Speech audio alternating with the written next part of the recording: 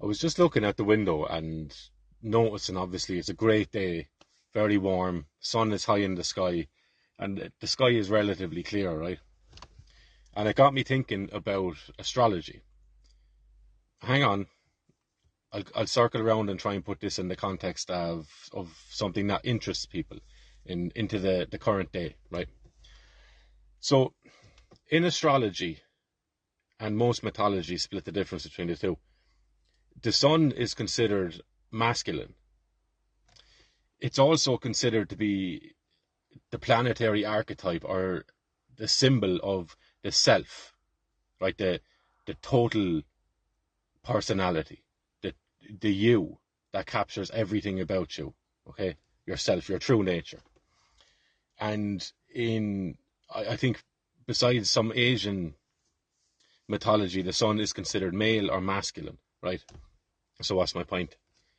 Before you think that astrology is nonsense, it's worth noting that astrology has only been rubbished since the advent of the Abrahamic religions, okay? Prior to that, almost every civilization kept an eye on the stars, and they personified or anthropomorphized these planets into their mythological characters, right? So prior to the last 2,000 years, or prior to 2,000 years ago, with the advent of the Abrahamic religions, by and large, right, astrology would have been common speak. It would have been regular and normal for priest classes or leaders or maybe even lay people to speak in astrological terms, right? And you can still see the remnants of this in certain poetry and stuff, or in movies, action hero movies, all that sort of stuff. There's astrology everywhere, and you can see how much weight is in these old forms of thinking, because you can look at the Last Supper depiction from the Olympic opening ceremony, and you can see that the effect and the reaction that that's after creating in people. That's from a religion that's about 1,500 years old, right? In terms of settled form, to a degree.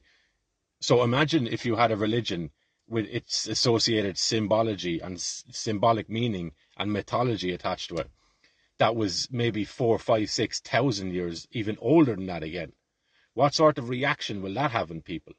It might not be an obvious reaction, because those ways of thinking are by and large forgotten by us, but the remembering of them is still there. As Plato was saying, we don't learn anything, we just remember it. It comes back to us, right? It's always there.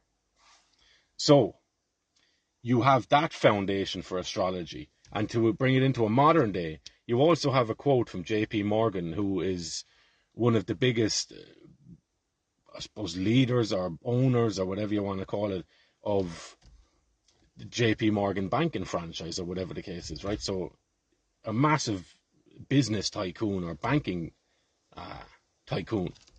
And he said, millionaires don't use astrology. And you might jump in there and go, of course they don't, because millionaires deal with the real world of cause and effect and plans and actions and outcomes. But that's not the end of the quote. He followed that by saying, billionaires use astrology. Okay. That doesn't mean anything. It's just a person saying something about a thing, about a subject. But when you connect the two of them together, and you have the idea that for thousands and thousands of years, we were fascinated by it. Our architecture and the way our lands were set out, the way our most important stories and our most important activities were set out, and our calendrical festivals and stuff, the way they were set out was based on the stars, based on the planets, based on astrology, right? And then you bring that to the modern day, and you can see that this guy, who rubbing shoulders with all of the most famous and most powerful people probably in history, he appears to have been using it as well. Whether that has any say in the fortune that he amassed or not, who knows? But he still said it. Okay, so he took it seriously enough to say it. Whether it was a tongue-in-cheek statement or not, who knows?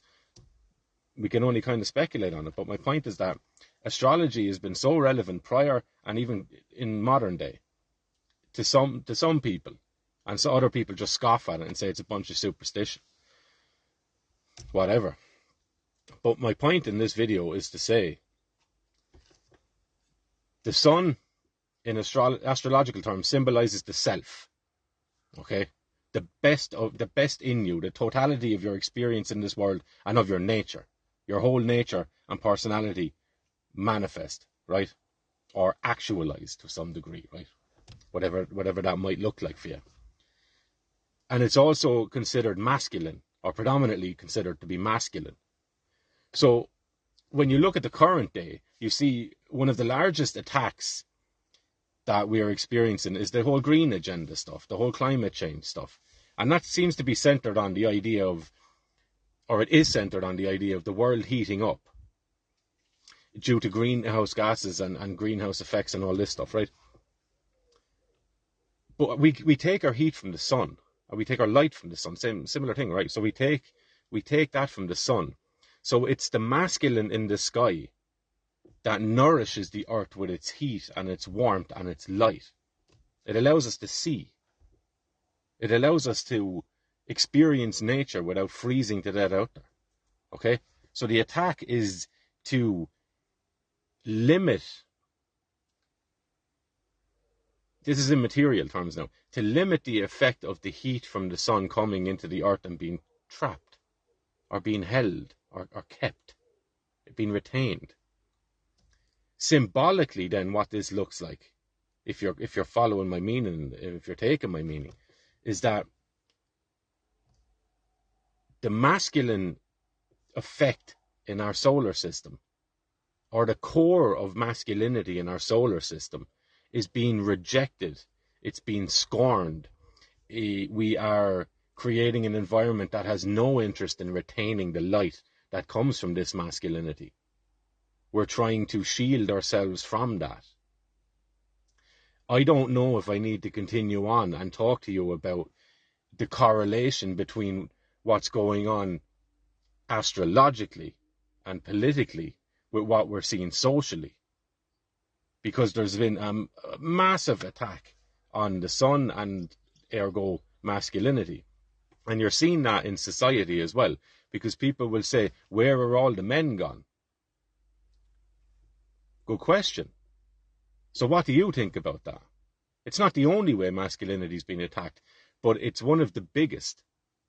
Because almost everybody is involved in attacking it without realizing it. Because it's duplicitous in how it's presented to us. It's sneaky. And it's only sneaky because we've lost the ability to read the meaning into these things symbolically. The sun is not just a star. It has always held massive importance in terms of our relationship with masculinity in this life. Man soon follows, okay? It's a religion. It's a religion that's seeming or striving towards beheading the crown, beheading the corona, right? Beheading the king.